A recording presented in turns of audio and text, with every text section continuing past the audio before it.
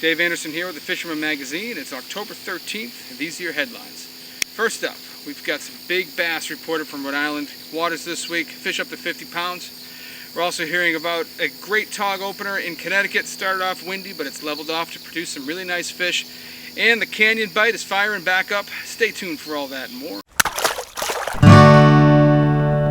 The fishing news is sponsored by these fine partners.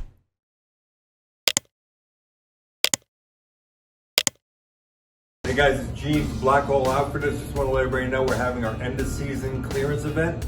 Every Old Town boat we've got hundreds of them are on sale. Get the best prices of the season on new, pre-paddled, and demo boats. Check out blackholeoutfitters.com. Give us a call at the shop. You're going to get the best price on an Old Town that you'll ever get all year long. Check us out.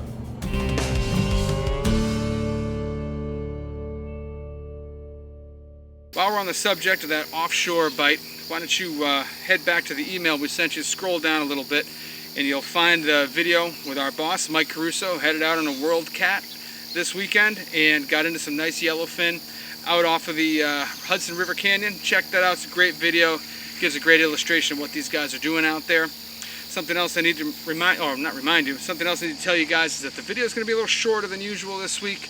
Our video guy is down in Florida assessing the damage to his home on the west coast there, and needless to say, the internet service is shoddy at best, so we're going to try to keep it short so he can download these things easily. And then the last little news bit is the giveaway. I picked a winner. I'm going to keep it short. The winner was Max Makoff, and it's not the clearest photo, it's not the best composed photo, but it's the one that illustrates the feeling of getting a giant fish from the surf the best. It's a panicked moment. You get this giant fish, you're trying to get the photo, but you're also trying to get this thing back out there because obviously you can't keep it. And you know, I really think, even though this cuts a little bit of the face of the fish off, I mean, that's a giant fish, and it just really illustrates that moment as well as any photo I've ever seen. So congratulations to Max. I know that Max is going to rip that bag open and fish that thing. I know a couple guys who fish with him, and you know, that's what I want to see with that thing, and I know that that's what Bill would want. So definitely appreciate that, and congratulations to you.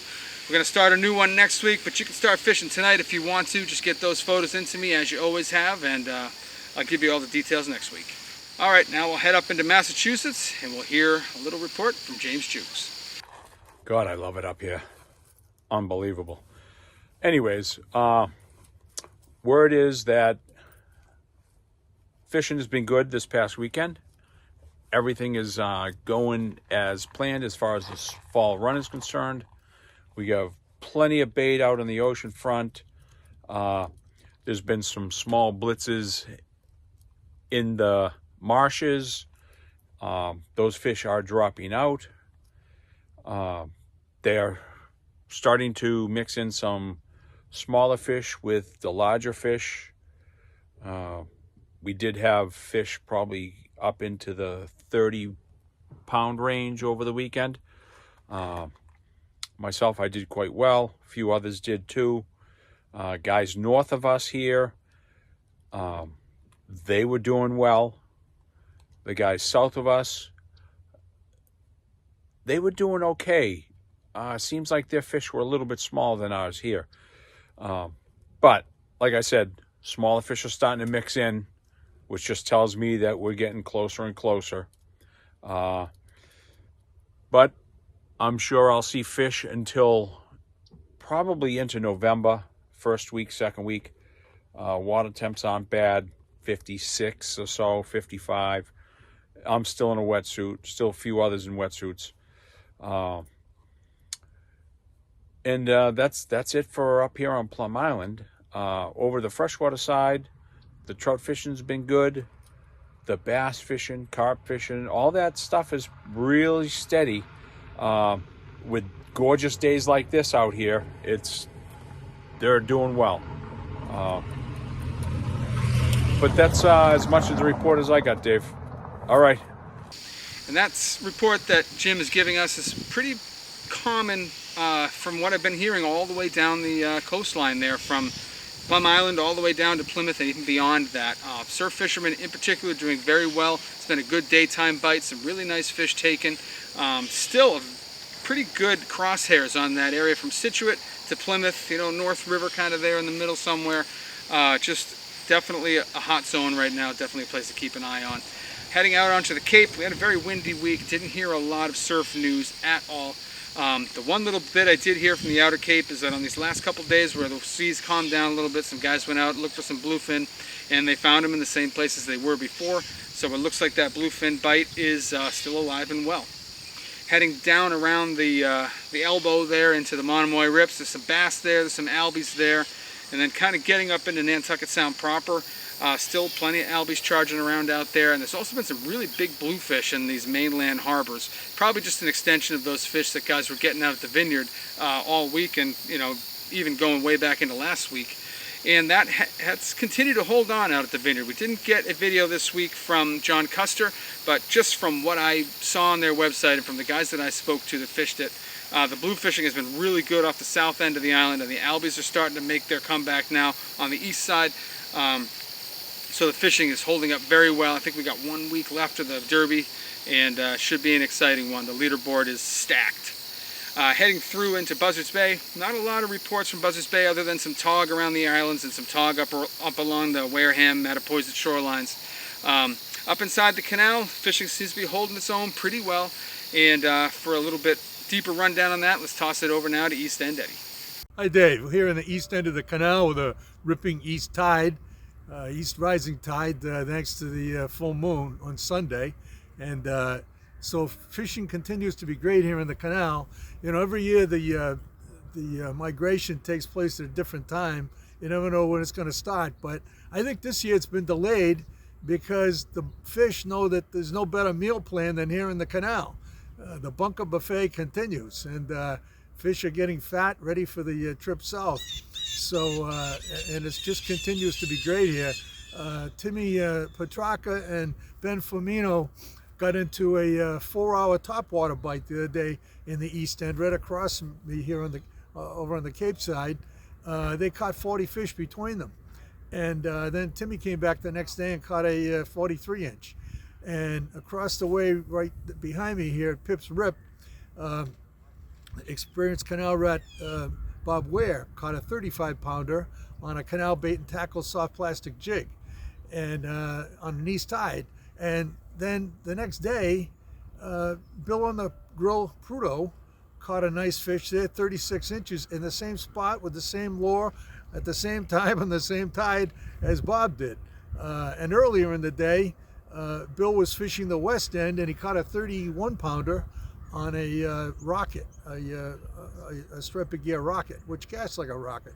And and then Paul Schrozinski caught 8 bass in the shadow of the Sagamore Bridge, 4 slots and one that was 36 inches. And Paul caught them all within an hour on a Savage Gear sand deal, Green Mac. So things have been good, and a lot of nice fish have been taken. Guys have been doing well near the Bourne Bridge, and like I said, the west end's been good too, because the fish I just told you about Billy caught down there. So sharpen your hooks and get down here before it starts snowing, because things are great on the canal. So my tip of the week is, I've been lucky that I've only fallen a few times in these treacherous rocks. But the last time I did, I ended up wiping out my left knee for about 6 months. So I wear knee pads all the time, and they help, I'll tell you. Now, in the interest of full disclosure, I have to say I'm the only one I've ever seen who's wearing knee pads, but I have seen some guys who wish they were wearing them because they're wreathing in pain. So in any event, you might want to consider wearing those to protect yourself. So until next time, be safe and catch a big one. And the last thing we'll do in Massachusetts this week is talk about the freshwater fishing with Roy Leva. Hey Dave, Roy Leva here with this week's Western Mass Report. I can't say I don't miss the fall run along the Striper coast, but living out here in Western Mass, you've got that backdrop to contend with, and with that comes a lot of trout fishing, and that's what the fishing's been all about for me.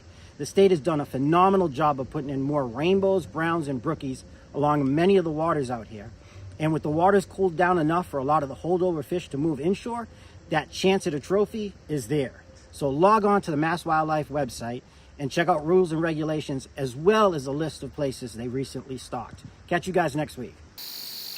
Heading over into Rhode Island, it has been a tog brawl over this last week or so. We've had the Rhode Island Tog Classic, the shirt I'm wearing here, and it was an amazing event, raised a ton of money for such a great charity, and a lot of really big fish caught before, after, and during the tournament. In fact, it was won by a 15.39 pound tog. That's an absolute beast. I also saw Coral caught her PB on Wednesday this week, so check that out. I'll put that up on the screen here. And for a, just a wrap up on what happened in the Rhode Island Tog Classic, we're going to toss it over now to Ralph Kraft. Hey guys, thanks for checking in with us and supporting the tournament. This is Ralph Kraft, and we wanted to give you a follow-up on the Rhode Island Tog Classic. So we had over 500 people show up for the tournament. It was an amazing turnout. We're going to do a ton of good for the Three Angels Fund. And the biggest fish that won the tournament was just over 15 pounds. The cool thing was we had quite a few fish that were caught live, weighed live, and released. So it was just, all in all, a great tournament. We had a blast. All the boxes were ticked, all the positive stuff we wanted to do. We wanted to thank the sponsors, which would be Fisherman Magazine, Jigging World, Hummingbird, Minn Kota, for the support and helping us pull this off, plus all the other family businesses in the area and all the anglers that came out. We really do appreciate it. So thank you again, and we'll see you next year. The other thing we're hearing about Rhode Island is just amazing striper fishing. Jeff Sullivan had some really nice fish, up to 50 pounds on the dock, said it was the most intense blitz he's ever seen in his life. Right around the exact same time, I heard about some fish on the other side of the bay that were pushing some peanuts up against the rocks around Jamestown, and these fish were up into the 40-pound class. So multiple schools of big fish in Rhode Island waters right now, and it just keeps keeping on. I talked to John Lee. He had some big fish this week. In fact, let's toss it over to him now and hear what he saw in the central part of the state. We got out, I think, 4 times this week. We had good fishing. We had one real good striped bass trip, fished to maybe 45 pounds, and then went back expecting them to be there, and there wasn't a fish there. We've had a handful of good sea bass trips and jumbo scup trips. The bigger sea bass seem to be in 100 feet of water. The big scup seem to be in 80 feet of water. And we had some good blackfish in like 45 feet. So that's about it. Have a good one. Take care. And heading over into the western end of the state, out by the breachways and whatnot, there's also a lot of big bass there. I got this shot from Gervasio Santos. Really big fish, didn't give me a weight, but I'd say that fish is high 30s, low 40s easily. And you can see the moon kind of shining out in the top of the shot there, so you know that was a recent catch, and that's one heck of a nice fish from the shore for sure. Also, albie fishing is holding on just fine from one end of the state to the other. I heard about fish around Sakonnet this week, including a little blow up of bonito, and we've seen albies pretty much everywhere, even up into the approaches to the bay again this week. Fish are a little smaller than they were in the beginning, but still plenty of fish around, and things are looking good across the board. Heard nothing from Block Island this week, probably just because it was so rough out there. We'll get a little bit more on that next week, and that's what I have for you guys at Rhode Island. Heading over into Connecticut, the opener was Monday, and it was a pretty windy opener. Guys that went out, like Dale, my counterpart here, our sales manager in the New England edition, he did pretty well. Had some solid fish here. I got these up on the screen for you. But they were definitely battling big seas, battling the wind, and the reports I've heard since then have been a little bit better. We've, the seas have leveled off a little bit. Guys are able to stay on their spots a little bit better, and I've heard a fish to 9 pounds so far. No double digit yet, but that's coming any day now. The bass fishing from the Thames out to Niantic and all the way across past the Connecticut River is still holding on. There's a wide mix of sizes from 25 inches up to 40 pounds. Definitely those average fish are in that like 15 or maybe in 12 to 20 pound range, but a lot of solid fish being taken, surf and boat in that area too. For a little bit more on what's going on there, let's toss it over now to Mike Roy from Real Cash Charters. Hey, what's up guys? We are now past Columbus Day, and this is my favorite time of year to fish. This is what I call the peak of the fall run because you have a lot of variety and fish are aggressive. So for striped bass, you can target blitzing fish on the surface. There's schoolies blitzing on peanut bunker. There's also large bass feeding on pods of full-size bunker. If you can find the bait, the fish probably aren't too far off. They will hit top water this time of year pretty well. And as always, live bait is going to produce big fish. There's still bluefish around, although we haven't been seeing as many, but I expect to see those blues. Usually they'll stick around through the beginning of November. The false albacore are around throughout Long Island Sound. They've become less consistent, but there's definitely reports of them popping up, and they could be here one day and gone the next. The Blackfish season opened yesterday, and as always, the fish are going to be shallow this time of year. You're probably going to have a lot of shorts to weed through, but as the temps start to drop, I would expect that tog bite to get even better. And also, you still have a lot of black sea bass around, so you could go out and catch a wide variety of fish this time of year. Good luck. And heading a little bit further west from the Connecticut River, let's talk to the guys from Black Hall Outfitters and hear what's going on in the Westbrook area.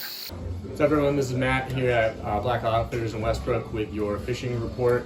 The wind, leftover remnants from Ian, has moved through, and it did shuffle the deck a little bit. We have a little bit of a different bite going on out there, particularly starting with albies. They do seem to have dissipated. We're waiting on word whether the bite's going to reestablish itself or not.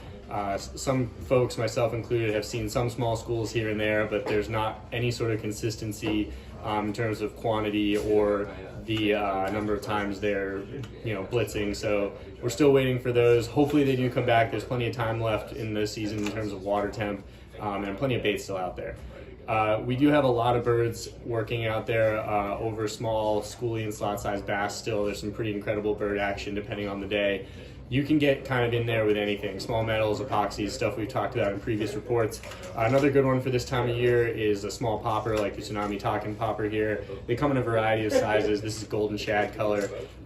Essentially in the fall when the water is windy, a little more chopped up, a popper's a good thing. It gets the attention, it breaks sort of that surface silhouette that those fish are looking up at, and something a little bit bigger might stand out from the smaller bait that's there. So definitely worth trying out a popper, soak in those last few days of top water action before the water temp really drops and shuts that down.